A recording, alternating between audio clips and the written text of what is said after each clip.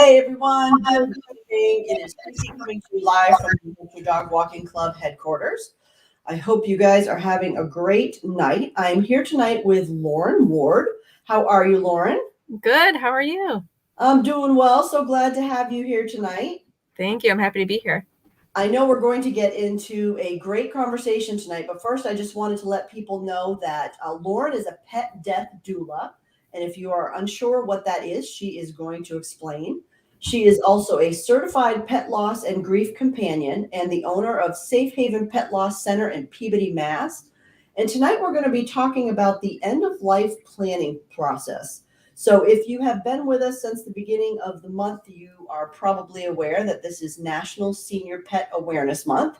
And we have all kinds of great conversations and resources and pop-up talks and events that are educational and focused to help you with senior pet awareness. Lauren and I are going to be talking about some of the great events that we have coming up together here towards the end of the broadcast. But really what we're really looking forward to tonight is having more of an intimate conversation about the end of life planning process. The whole goal was to bring this conversation to you when you don't need to think about it yet. Hopefully you're not thinking about it yet, but maybe you have senior pets or special needs pets. And, eventually we all need to think about that. And, the conversations I have had with Lauren before tonight, we've just had some really interesting talks about a bucket list that she has and all of the different stages that pets go through and how you can help them and how you can make it a very memorable experience before they leave this earth. So before we get into it, Lauren, can you tell us a little bit about yourself, but also what exactly is a pet death doula? Yes. So hi, everyone. My name is Lauren Ward. And as Traci said, I'm a pet death doula. And what a pet death doula is, it's a non-medical person trained to emotionally and educationally support pet parents during their pet's last phase of life. I became a pet death doula because there aren't a lot of known resources out there for pet parents when it comes to end of life for your pets. So we have all these fun things like the dog walking club, and we have groomers, and we have daycares, and we love our pets. They have their own social media sites, and we do family photo shoots. But then once pets get towards the end of life, those resources become few and far between. And sometimes it's hard for pet parents to know what to do, when to do it, and where to go for help. Well, and I want to just remind everybody too, is if you're listening to the live conversation tonight, if you ask a question, if you are a member of our community and you ask a question tonight, you will earn an entry into our giveaway for November. So that is only during the live portion. I hope you are watching on the replay if you didn't get to check us out at the live version, but it is just for questions on the live version. So I want to remind people what we're going to be talking about today. So with Lauren, we're going to learn how to create an end-of-life plan for your pets. We're going to discover alternative end-of-life resources that are available. And we want you to become more comfortable thinking about end of life. And we definitely want your questions. This is a really important conversation. And this is a private, protected, supportive community. So I want you to feel comfortable asking your questions from Lauren because she is our featured expert this month. So not only can you ask your questions tonight, but you can also ask them in the community, and Lauren will be there to answer them for you. So Lauren, where should we start? How do we start with this conversation? So why don't we start off with, when do we think about creating an end-of-life plan for our pet? And I like to say anytime. It doesn't have to be when your pet is a senior or, once you start seeing the signs and you start to think about it, because like life is random and fragile, it could happen at any time. My personal experience, I did have a puppy that died before his first birthday, and no one ever expects that to happen. So it's a good way, or it's a good thing to start thinking about this now when your pet isn't actually during their last phase. So you're not like scrambling and stressed. So it's good to start your plan now. And Well, you're not so emotionally drained too. exactly. I think that's the biggest thing. Yes. We just can't think straight, and We may, spend more money or spend time on projects or things that don't really require our attention when we should really just be focused on, connecting with our pet at the end. Exactly. So at the end, we have like these worries, fears, and anxiety, and it's hard to make the decisions during that time. So you're exactly right. It's good to start now when you're clear-headed and it's not a rush. So yeah, I like to say, do it now. And think about, so if we're going to start thinking about it, what's important to you when it comes to your pet? And what do you value? What are their traits that you love? And those are like, end of life planning is not just about, is my dog eating? Is my dog drinking? Is my dog going to the bathroom normally? But it's about what they enjoy and what makes them happy. And once you start to see, that stuff decline is when you start, to really think they're entering this phase of life. So would you kind of advise people to keep a journal too, to record these things, or? Yeah. So what I like to do, if we're talking about starting an end of life plan now, so there's an end of life scale called, let me pull it up. It's the HIM scale. And how do you spell that? So it's HHHHHMM. Oh. And it's a really in-depth scale. And the reason why I like it is because, like I said, it goes just beyond eating, drinking, peeing, pooping. So it stands for hurt, hunger, hydration, hygiene, happiness, mobility, and more good days than bad. Oh. So you break it down into those categories now, so you have a baseline. Yeah. And you can revisit it once a year, twice a year, once a month, however long, so that way you can see a progression or a degression. And then another scale that I like to do is a more simple scale, and it's the red and green calendar. So you can download off the internet just a blank calendar, write down the days, and if you think your dog is having a bad day, you put a red circle. If your pet is having a good day, it's a green circle. And once you notice those trends, the red circles outweighing the green circles, that's again another time when you start to notice your pet is entering the last phase of life and when you need to enact that end of life plan. So how long would you do this type of red and green calendar? Is this like a month? Is this like a year? A couple days? It's so individual and so subjective to each pet. If your pet has, a really life-limiting disease or illness, then it might only just be a couple weeks. If it's, a mobility issue, you could do it a couple months. It's a good way to check in writing, because when you just have it in your head and not written in paper, you could forget these little details that are important in decision making. Well, emotions come into play too, and you're like, well, maybe they had a little bit of a bad day, but it's probably mostly a good day, and then you start second guessing yourself. Right. Yeah. So it's better to have the hard facts. Yeah. Written. Yeah. I love when things are written down, and I love visuals and intangibles, so you can actually see it and review it kind of non-subjectively. And it's good to bring those to your vet as well. If you go prepared to your veterinarian and say, these are the scales and this is my calendar, and you can have a discussion with them too. That makes a lot of sense. Yeah. Mm-hmm. Great idea. Thank you. All right. So let's see. So what other things do we need to consider with end of life planning that people maybe wouldn't consider? Sure. So along with the scales and the calendars, you also want to consider financials and time. And as pet parents, and we love our pets, we don't want to think that those are factors in the end of life plan. But in reality, for some, it is.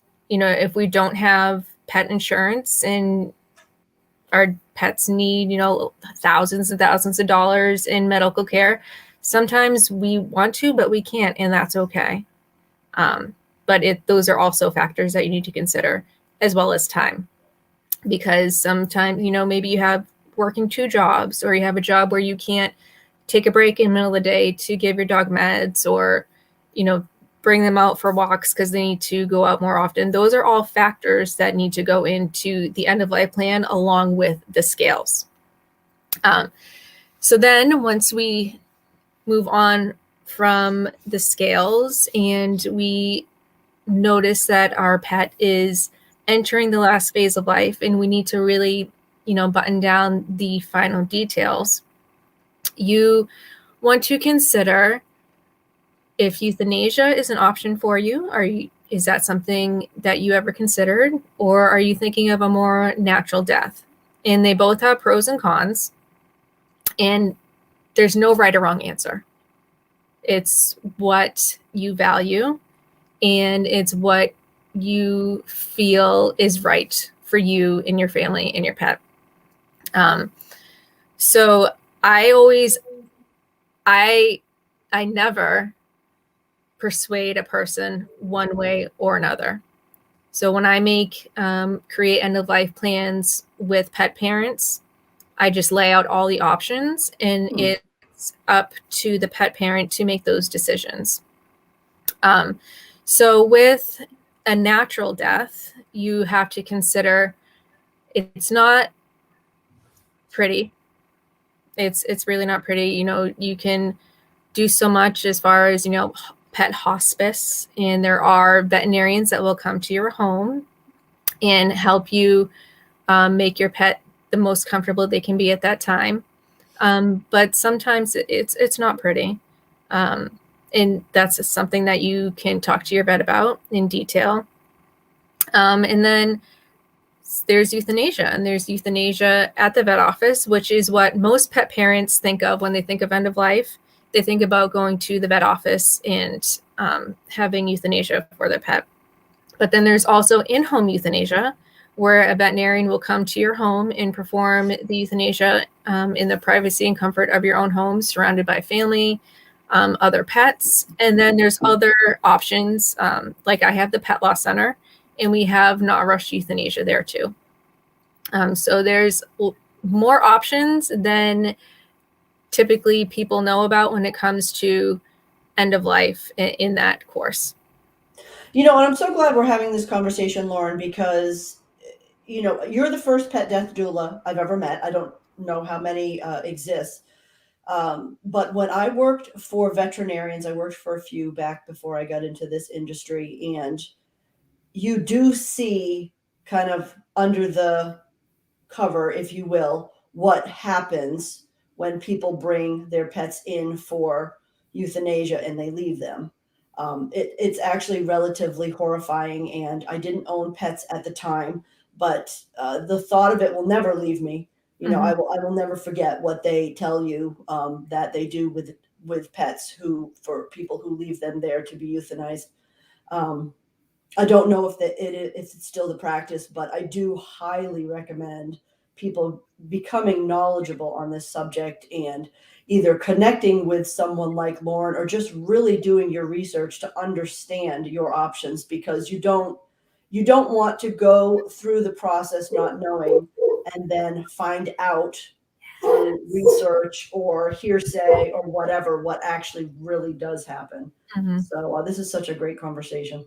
Or the what ifs. Like, it breaks my heart when I talk to pet parents and they're like, oh, I wish I would have known this beforehand. And that's one of the main things that I love about being a pet death doula is educating pet parents and letting them know this is an option. And not everyone is going to love every option, but that's the beautiful thing, is that there's more to end of life than just rushing through it and, going to the vet and going through the motions, and then that's it. There's so much more that can be done. Like I said in the beginning, we do so much for our pets during their life, and we can do so much during this last phase too. It's amazing. Well, and ever since you and I have been talking about this too, I've been doing research. I mean, my dog is 12. She had a cancer scare over the summer. She's fine at the moment, but it really got me thinking. I don't want to get surprised and not be ready. Mhm. So I've been looking ahead to just because I know that I definitely want her euthanized at home when we have to make that decision. Mhm. So just trying to understand who's out there, who's available, because I know with the shortage of veterinarians we're having right now, I don't want to get to the 11th hour and then find Right. out, there's nobody available. I didn't start a relationship. I didn't have that conversation with somebody so that they would be there ready for me and my family. So, Right. yeah. When you get down to it, it's like you said, with the shortage and with in-home euthanasia, there's a limited amount of vets that actually go to the home. So it's about a week buffer, I would say. Give yourself a week buffer to make that appointment. Of course, some vets can squeeze in, sometimes there's cancellations, but a good thing I would say is try to plan out a week ahead and put that on your end of life plan. Like, this is the quality of life scale. And okay, my pet has hit this point. At this point, I'm going to call so and so vet. Have it in writing. So that way, when that time comes and you're super emotional and you're not in that headspace, you can make that call And and have we do this for humans, so why it. wouldn't we do it for pets? Right. And It just seems so natural that we should be. yeah, we love our pets like humans. Yep. Like, I want to bring the end of life experience as high up as we do for our human family members for our pets because they deserve it. Yep, I agree. So, Lauren, we have just a few questions if we have a minute here. Yeah. So let's see. Karen wants to know, is there a link or links available for those scales that you mentioned? Yeah. So if you can Google, or I can at the end of the show, or I'll put in the Facebook group page. Okay. It's the HIM scale. So it's 1, 2, 3, 4. But there's 5 H's and 2 M's. The HIM scale. All right. And then is there calendars that you might recommend that are suitable in size or whatnot for what you mentioned? I can also share a PDF in the group. Okay. But I just basically Googled a blank calendar Okay. and just wrote red and green. Red equals bad days, green equals good days. So you can print that up, or I can attach it to the group. Okay, great. So yeah, so Karen, thanks for your question. Then Lauren will post in the community with a link to that scale that she mentioned. Mm-hmm. All right. So Jamie says, do you think having other pets around at home during euthanasia is comforting for the dog or pet that is passing, or do you think it makes the other pets nervous? Great, fantastic question. Is a great question. So pets, like humans, grieve when their companions pass away. So I am all for the idea of having family and other pets present during the euthanasia. Pets can't talk like humans, but they can sense when their companion is entering their end of life, and also once they pass away. So it's important for your pet to see the pet that has died, to be able to smell the pet that has died, so they can process the loss in their own way. And you'll notice after the fact that they will grieve. And just like humans, the grieving process is different from pet to pet, from human to pet. So you may have 2 dogs and your grieving process will be different from dog 1 to dog 2, and that's totally okay, as well as your pets. You may have a dog that you will notice that they're grieving. They may be whining, they may be restless, they may be more attached to you. They may, if you're doing in-home euthanasia, they may just, totally ignore the deceased pet. And then you'll have a pet on the other spectrum that's, super involved and, wants to lay down next to that pet. So I think it's really important for that. And it goes both ways. I don't think that having other pets around makes the pet that's entering the last phase of life or going through euthanasia, I don't think makes them nervous at all. I think it's very comforting. Well, I think just like people, pets need to process in their own way. So each, Mhm. breed is different and every species is different. And it gives them closure too. And it was interesting what you said. They need to see the process, they need to smell the animal after it's passed. That, I think, right there, that's kind of the closure for them. There's so much we know that pets decipher through their olfactory senses. So that's, yeah, Mhm. that's such a good point. I agree with that. Yeah, thanks for that question, Jamie. That's That's a a great great one. question. So Michelle says it's so hard to have to make that decision. Yes, absolutely. How do you know when it's the right time? My husband and I had two different thoughts on this, and it really tore me apart. He was having a hard time letting her go. Now that is a very interesting situation, Lauren. I'm sure you would agree. If one person feels one way, their partner feels the other way, and maybe even the children feel another way. Hmm. So it's the hardest decision as a pet parent, euthanasia and deciding when to let go. And many families will have this. You'll have two very different fields of thought. And what I do as a pet death doula is I hold space for this and I ask provoking questions. So even after when our time is done, you can discuss with your partner.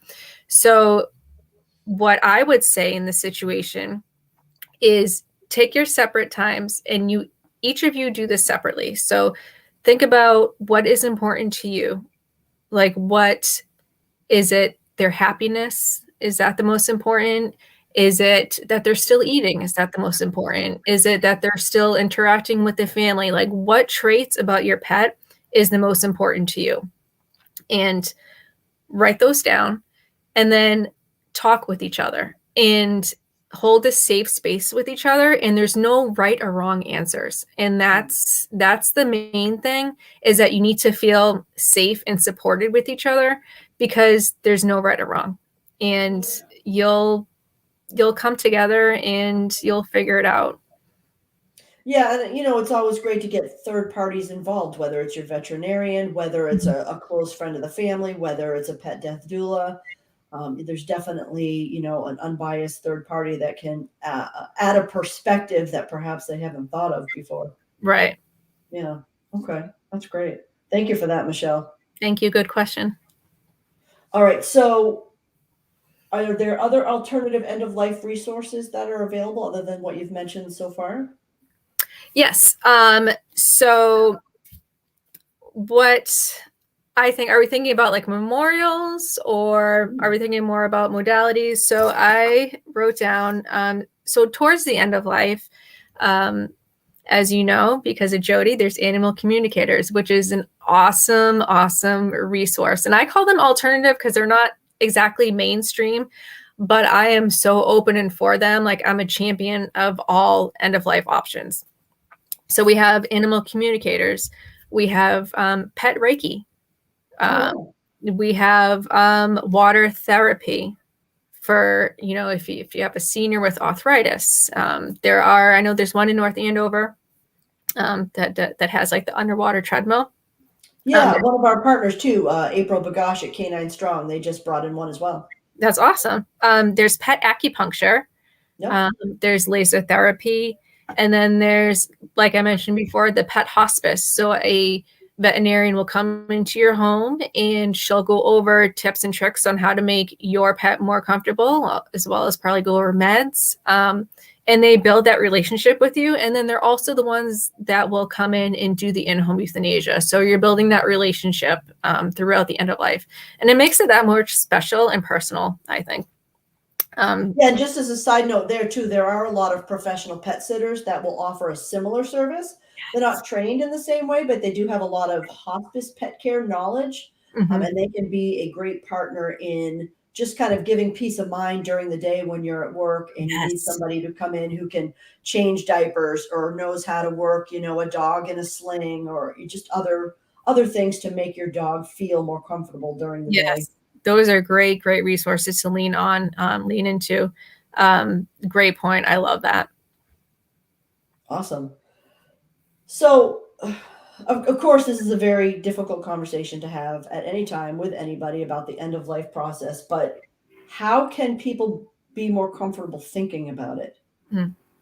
So just as you and I are doing, just a very casual and not non-threatening, but just like a conversation.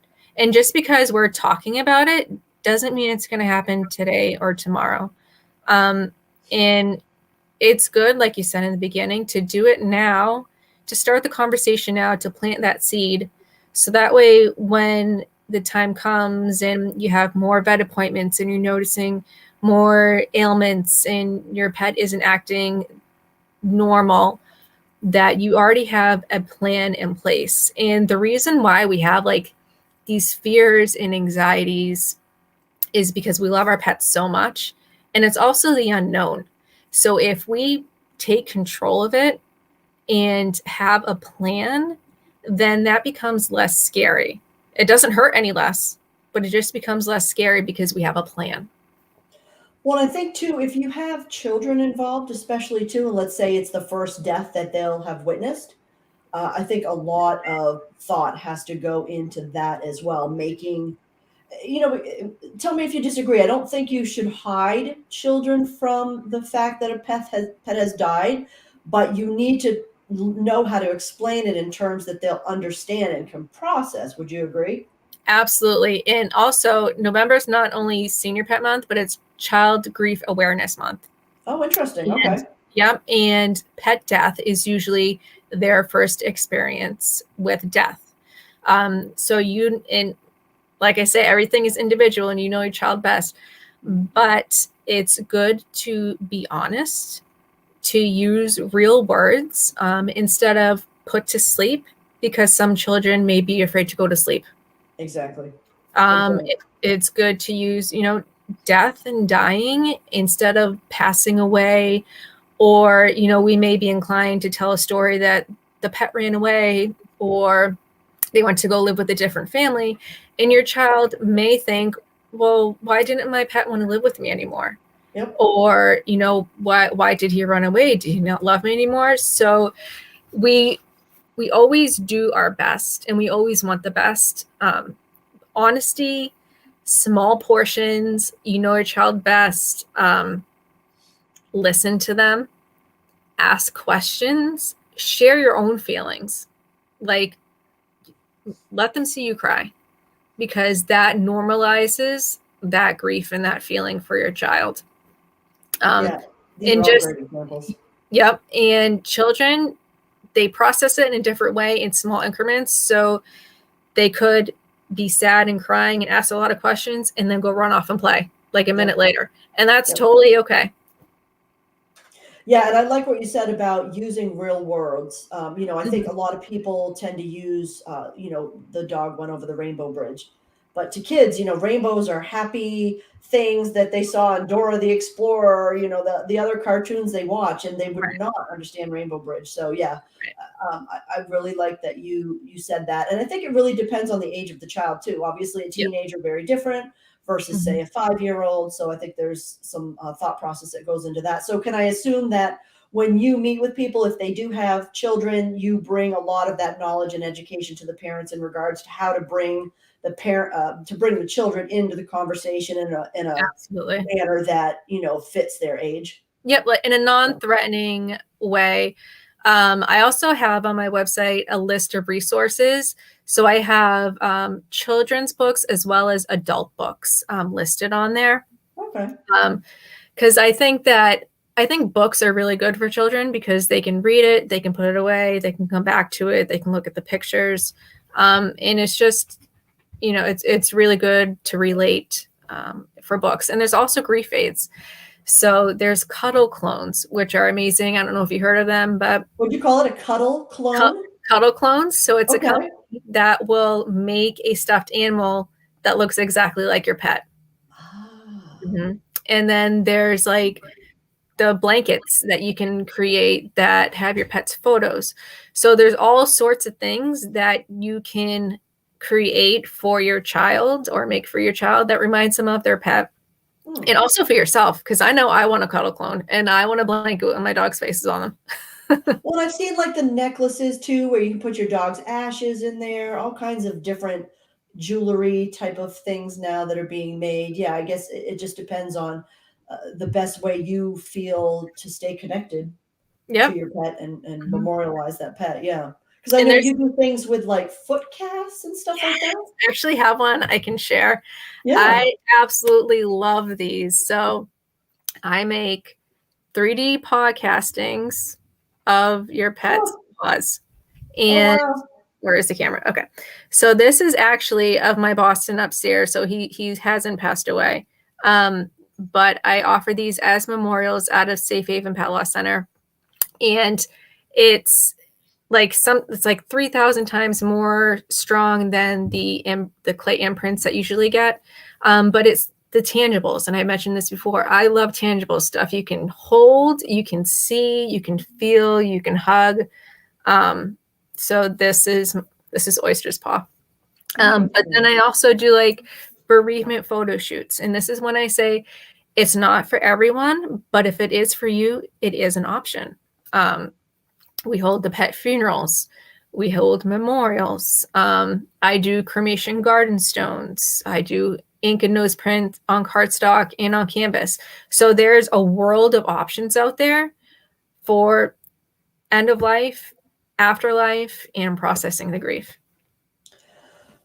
Well, I want to switch gears for a minute too, because you have this wonderful thing that you offer called the bucket list. And I know we're going to be talking about it when we have our lookable art class, art kit class, which is coming up.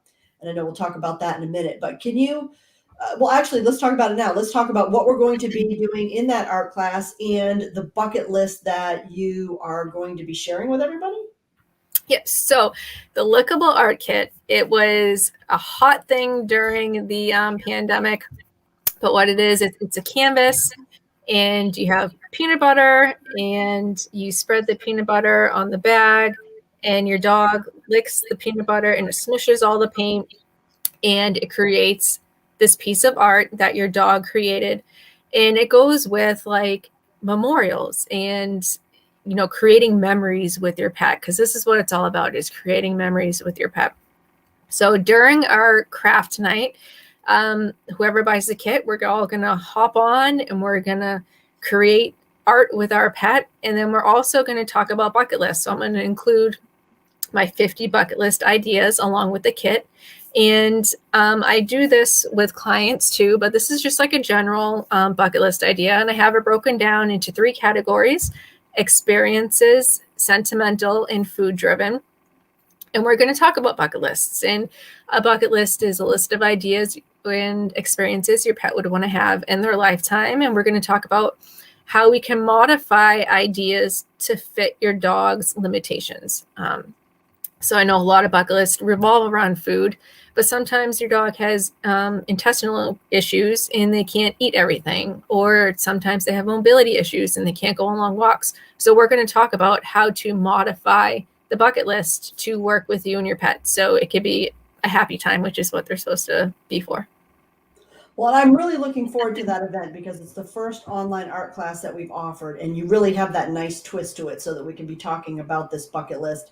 And I've seen some of the items on your bucket list. You really have some interesting ideas for people to celebrate that, you know, the end of life, and really create memories there towards the end, things that they necessarily wouldn't have thought of before. Right. But the event is coming up on Wednesday, December 1st from 7 to 8:30 p.m. in our Zoom room. And you can access that and all of our events at nhdogwalkingclub.com. Just go to the events and activities tab and then scroll down and you'll see this here. You'll actually see, let me share this, because is this the artwork that your Boston created? Was this one the one here? No. So that's Rocky. So Rocky, he's the senior pit. And he's the best artist because he absolutely loves peanut butter. But this is his artwork. This is one of 2. He has a couple of them. This is so cute. And I just love the fact that it's an art class we can do online with pets and their people, and then offer an educational value of the bucket list as well. So it's new for us, guys. We'd love to have you join us for this conversation and for this art class, and let us know what you think. So again, that is on December 1st, just in time for the holidays, if it's a gift you want to keep for yourself or if you want to give to someone else. Yeah, I've had people buy the kits for other people's, pets who they've known are entering the last phase of life. They're great gifts too, because Yeah, you create this memory and then you have something after that's tangible.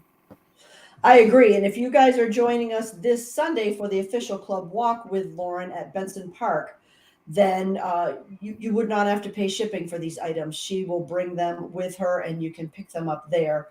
The other thing is, too, if you can't make it there, but you do want to order it, then we can order it. I'll pick them up from Lauren and I'll have them here in Barrington so that I can get them to you before the 1st as well.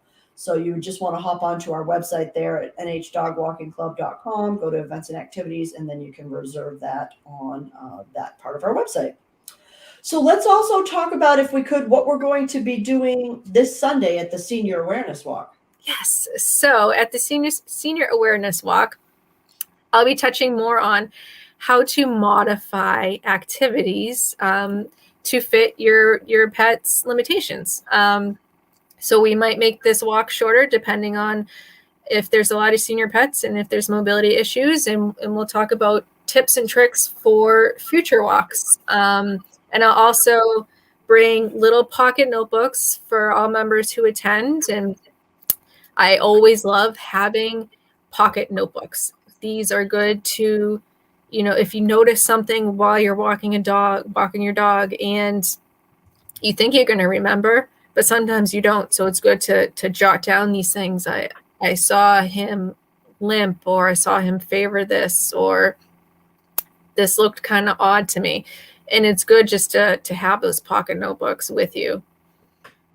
Yeah, I agree. I like that idea because I know one of the things that I noticed with my dog when I was walking her is that she might be developing some kind of fatty mass on the side where she had her surgery originally, or it could just be me, creating things because Right. I'm worried about the cancer coming back, or it could be a healing process of that. So, jotting that down and then saying, okay, call your vet and, have them take a look at that. Yeah, I agree. That's a great idea as well.